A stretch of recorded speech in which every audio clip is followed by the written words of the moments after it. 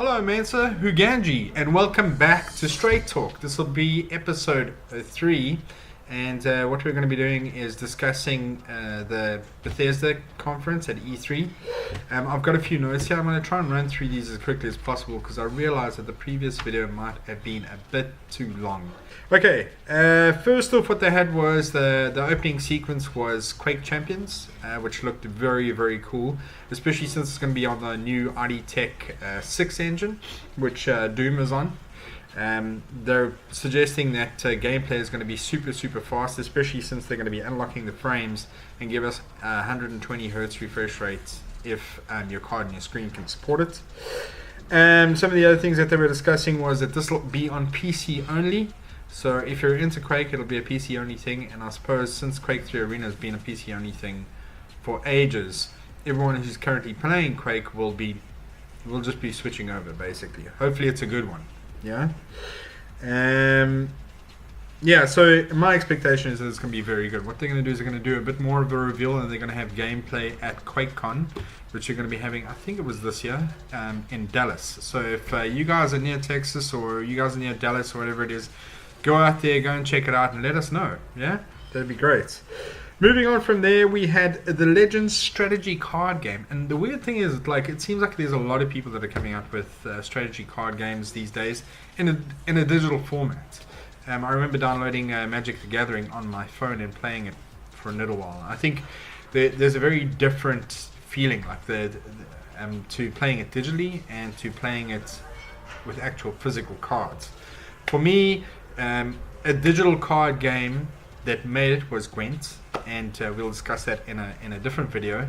But that particular game as a digital format worked perfectly. But Magic the Gathering, not so much. For me, that feels like it should be played on a physical level. I'm not sure about this strategy card game.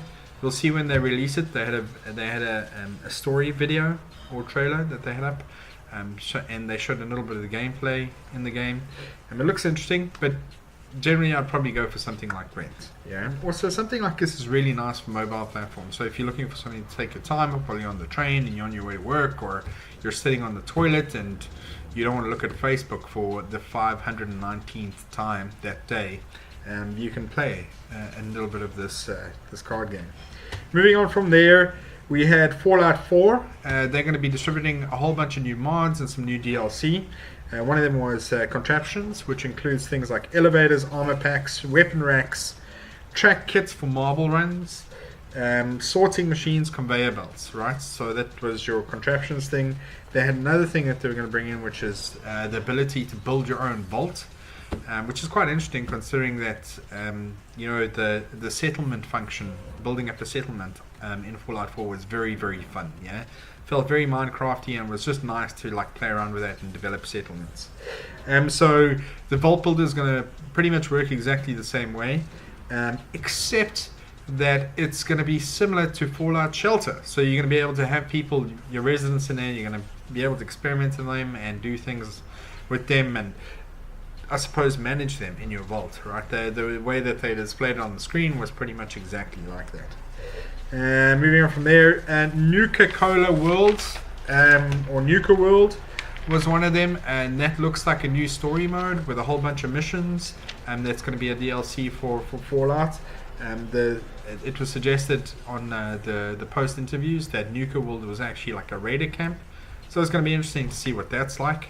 Fallout Shelter is going to get a whole bunch of new updates. One of them is areas. So I played Fallout Shelter for ages when it first came out, and because of the restriction in the game, like you're literally only doing the same thing over and over again, I kind of lost interest after a while. But with these new updates, it looks like they're gonna pique my interest again. So I'll download the update and check it out. What they're saying is they're gonna have new areas. You're gonna be able to send your characters on quests.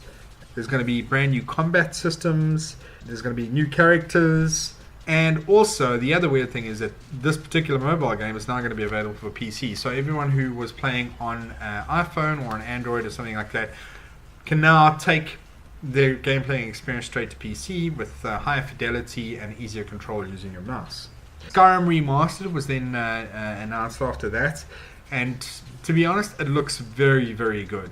And I'm sure the people who are playing on PC are going to be quite excited about it. But they did mention in an interview that the texture packs and everything that they're using in the remastered version are actually much, much bigger than the ones that they used in any of the PC mods before. So this particular version is actually going to look even better than the modded PC version, which is going to be quite entertaining. Personally, I've already spent well over like 200 or 300 hours on my Skyrim character. I'm not finished the game yet, but I'm worried that investing all of that time again in a remastered version is going to be a bit painstaking, and there's going to be all these other games that are going to be available.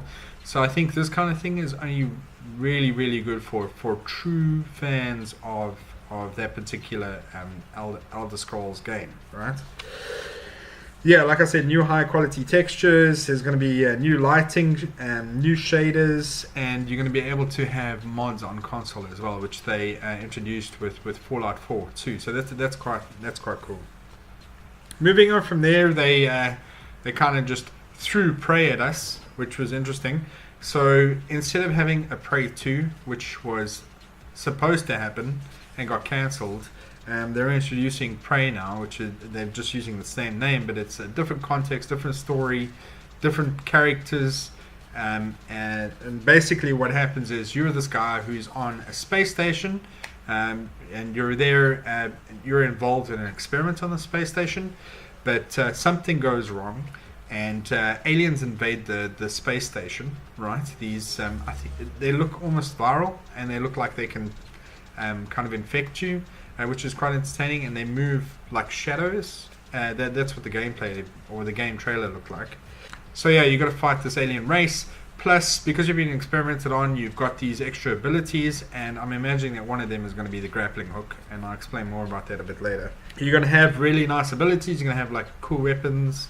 So I'm really excited to see what they have to do with this, because I remember playing the first Prey, and one of my favorite things in the first Prey was to be able to switch gravity, so you could actually shoot. Let's try and figure out or remember how this worked. But I think you shot a plate in the roof or something, and then the whole gravity would switch, so you just go and you would land on the roof, and you could switch your game playing abilities doing that. And there were a lot of puzzles in the game where you had to actually change the gravity in the spaceship.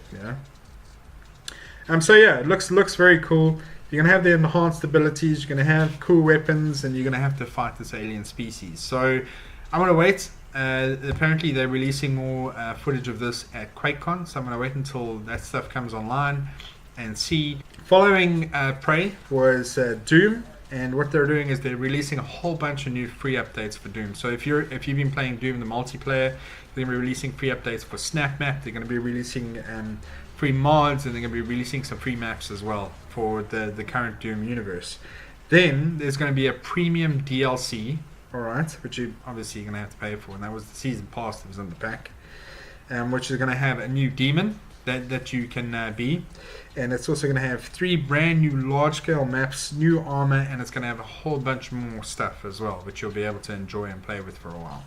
Elder Scrolls Online came on stage then. The most interesting thing about their presentation was this woman in the front row that you could hear screaming constantly at the top of her voice, just so excited about the fact that Elder Scrolls Online has got all these new functions coming to it. I was very surprised when I saw this presentation, because I had no idea that Elder Scrolls Online had this many players. 7 million. If you think about like the world of people playing together, having 7 million people online with this game like at one time is quite good for something that was imagined to be not such a good game. Yeah. They're also going to be launching Elder Scrolls Online in Japan, so they're going to have a whole new player base coming online, which is going to be interesting.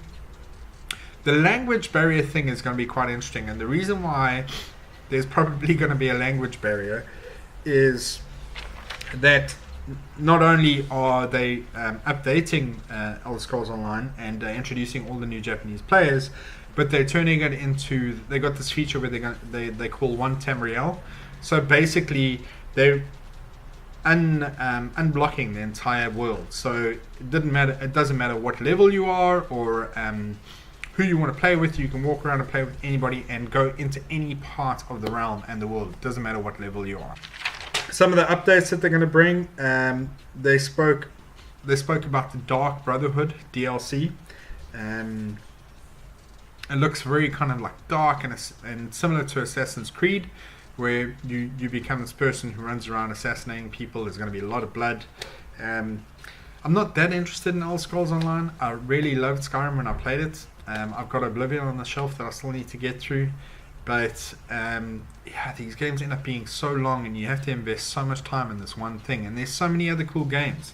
So it's very difficult to get a good idea or a good concept of something if you're not going to invest the time in it that it requires from you. So for me, it's a little bit difficult to play games like this. I suppose at some stage, if I'm playing games 100% of the time and that's my career, I might do it. But at this point, I try and get as many experiences as possible from lots of different places. So it's not that exciting for me. If it's exciting for you, let me know down in the comments. Tell me what you think. If you've got Elder Scrolls Online, tell me what you think about this. Following the Elder Scrolls Online thing, the announcements, they spoke a lot about the VR and being involved with HTC Vive, and that Fallout 4 is now going to have an expansion, or is going to have the capability, after an update, is going to have the capability of being VR. So that's going to be quite entertaining. And they spoke about having demos for Doom and for Fallout 4 at the show, which is kind of pointless because you can't experience it at home, right? Then following that, and this was like the end of the show, they literally spent 20 minutes talking, 20 plus minutes in fact, talking about Dishonored 2. I didn't play the previous game. I know that there's a huge group of people that are fans of it. This game looks really interesting. I like some of the mechanics. One of the things that I really liked was the concept of time traveling and being able to travel into a time, assassinate somebody, and then travel back out of that time again. So that was really, really entertaining. And having this kind of like tool where you can see the future or the past that you're trying to get into, and you can kind of see where your people are. They don't know that you're there, and you can just quickly jump in, assassinate, jump back out again. One of the other mechanics was this domino thing. So you could mark and link 3 or 4 or 5 or however many enemies, link them together, and then call one guy over and kill him, and they would all die in the same way. So it was very, very interesting to see how they could employ that mechanic. And it's going to be nice to see if you're skulking around and you're doing a lot of kind of sneaking, I guess, how you can use this mechanic to your advantage. The other thing that was very prominent in this particular example, their 20 minutes of gameplay, was the grappling hook. Now, as I said to you in the Titanfall thing, there seems to be a lot of grappling hooks coming out these days, and Titanfall is one of them. They had it in Uncharted 4. They have it now here in Dishonored, and there's a whole bunch of other games coming as well that are also going to have grappling hooks. I'm sure once I review the other conferences again and come back to you with another straight talk, I'll be able to tell you more about those grappling hooks as well. But it seems to be the go-to mechanic this year, or next year even. I'm wondering if people are borrowing very heavily from each other, or they're just trying to really, really scrounge around to try and find something to make games a bit more interesting and get that verticality into the game, Anyway, so my thoughts on the Bethesda conference, they're a bit lean on new games. I'm looking forward to seeing what Prey is like. Dishonored 2 doesn't really excite me that much because I'm not involved in the universe. I didn't play the first one, so it's very difficult to give a good opinion on that. The only thing I can say is I like the domino mechanic and I like the time traveling mechanic. I think it's a very interesting way to introduce gameplay. As far as the Doom stuff is concerned, I played Doom. I finished the campaign. I haven't played multiplayer since they had the beta out, so it's very difficult for me to validate any expense for premium DLC beyond a kind of a single player campaign. I should actually jump online and try and play a bit of multiplayer again since I own the game. The other thing that's quite interesting is Fallout 4. Now, my girlfriend plays a lot of Fallout 4. I have still yet to finish the game, and I got quite far and I got to a high level, but there's so many other games, and it's like I was talking about before, like all of these games, these questing style games, and that's really why I like campaigning, because when you have a campaign and you have a set story line, even if it's 20 or 30 hours, like 30 hours is quite a long campaign. Even if it's 30 hours, at least you know that there's a limit to what the campaign is, right?